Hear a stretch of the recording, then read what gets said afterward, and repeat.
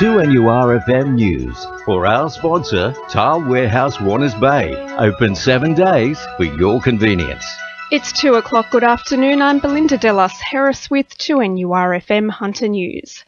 State Opposition Leader Luke Foley's in town this afternoon, spruiking an alternative site for the government's impending Wickham Transport interchange.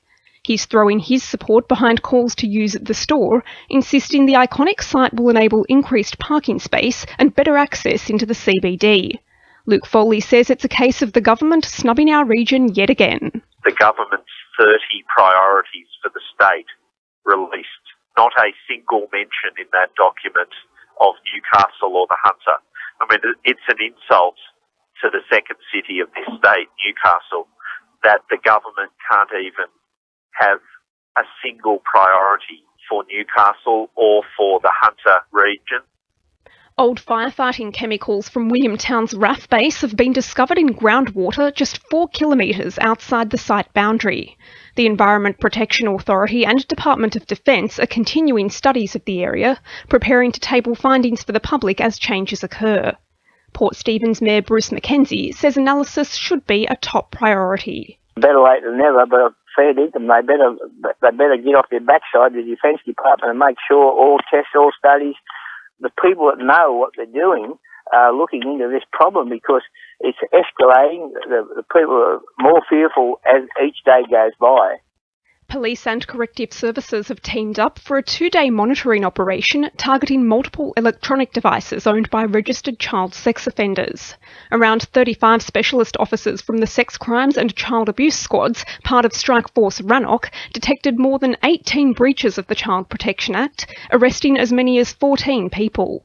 Sergeant Dave Rose says a 26-year-old man's facing up to 6 charges. Checks were conducted by specialist technology-enhanced crime officers. Strike Force Rannoch personnel arrested a 26-year-old man. He was charged with possessing child pornography, using a carriage service to access child abuse material, contravening a prohibition order, using a carriage service to transmit, publish or promote child abuse, and produce, disseminate or possess child abuse material.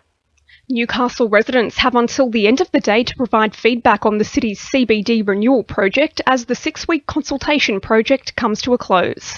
Urban Growth claims around 1,400 locals have had their say, with a report on the city's revitalisation expected to go before council early next year.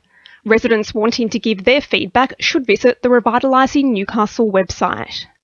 Wallsend MP Sonia Hornery is warning motorists to brace for an imminent traffic nightmare if a proposed block of units isn't properly planned. The $34 million development will be built on Victory Parade and is expected to attract more than 1,000 new traffic movements through the Newcastle Road intersection.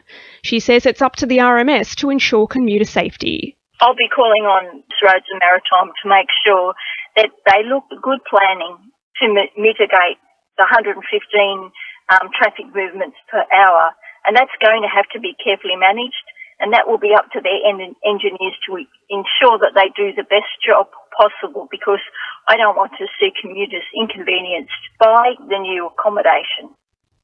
Lifeguard numbers in Port Stephens are expected to double from tomorrow under a new contract with Surf Lifesaving Australia.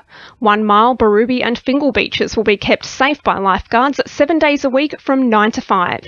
The patrols will continue over the summer until the season ends on April 26.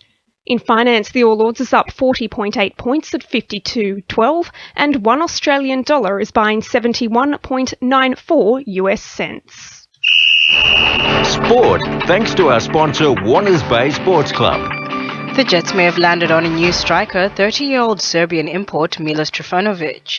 Trifanovic has reportedly received an offer from Newcastle and his place is likely to be confirmed by the end of this week. Meanwhile, the Jets W League is hoping to sign at least 2 visas in the next fortnight to boost their chances. The Women's Jets unveiled 6 teenage players yesterday, taking their squad to 12. Newcastle are all set to clash with the Mounties this Sunday in the preliminaries of the New South Wales Cup.